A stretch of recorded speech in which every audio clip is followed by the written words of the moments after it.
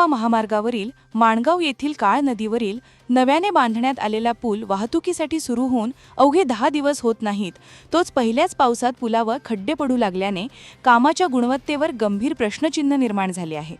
नव्याने उभारलेल्या पुलाची अशी अवस्था झाल्याने नागरिकांनी तीव्र संताप व्यक्त केला आहे। विशेष म्हणजे पुलावरील संरक्षक कथड्यांचे काम पूर्ण झालेले नसतानाच वाहतूक सुरू करण्यात आल्याने अपघाताचा धोका वाढला आहे। त्यामुळे पुलावरील वाहतूक तात्काळ बंद करून कामाची उच्चस्तरीय चौकशी करावी अशी मागणी माणगाव नगरपंचायतीच्या नगराध्यक्षा शर्मिला सुर्वे यांनी केली आहे। निकृष्ट दर्जाचे काम करणाऱ्यांवर कारवाई करावी, तसेच सर्व त्रुटी दूर झाल्यानंतरच पूल पुन्हा वाहतुकीसाठी खुला करावा अशीही त्यांनी मागणी केली।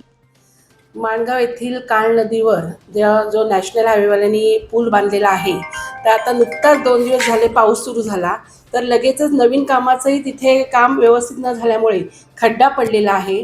नंतर सुरक्षित भिंती ज्या आहेत त्या भिंती त्यांनी अर्धवट ठेवलेल्या आहेत, त्यामुळे तिथे अपघात होण्याची शक्यता आहे, कारण तो मुळात अपघाती क्षेत्र आहे आणि त्यात तिथे सुरक्षित भिंत न बांधल्यामुळे गाडी नदीत जाऊ शकते किंवा येणारे जाणारे ज्या शाळा आहेत, तिथून कॉलेजेस आहेत, त्या मुलांचे सुद्धा तिथे अपघात होऊ शकतात।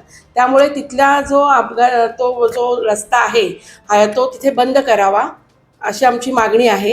आणि जो नकाशावर जो रस्ता दाखवलेला आहे त्या पद्धतीने त्या रस्त्याचं काम केलेलं नाही आहे, त्यामुळे पहिले तिथे ऑडिट होणं गरजेचं आहे आणि त्यानंतरच तो रस्ता वाहतुकीसाठी खुला व्हावा अशी आमची सगळ्यांची मागणी आहे।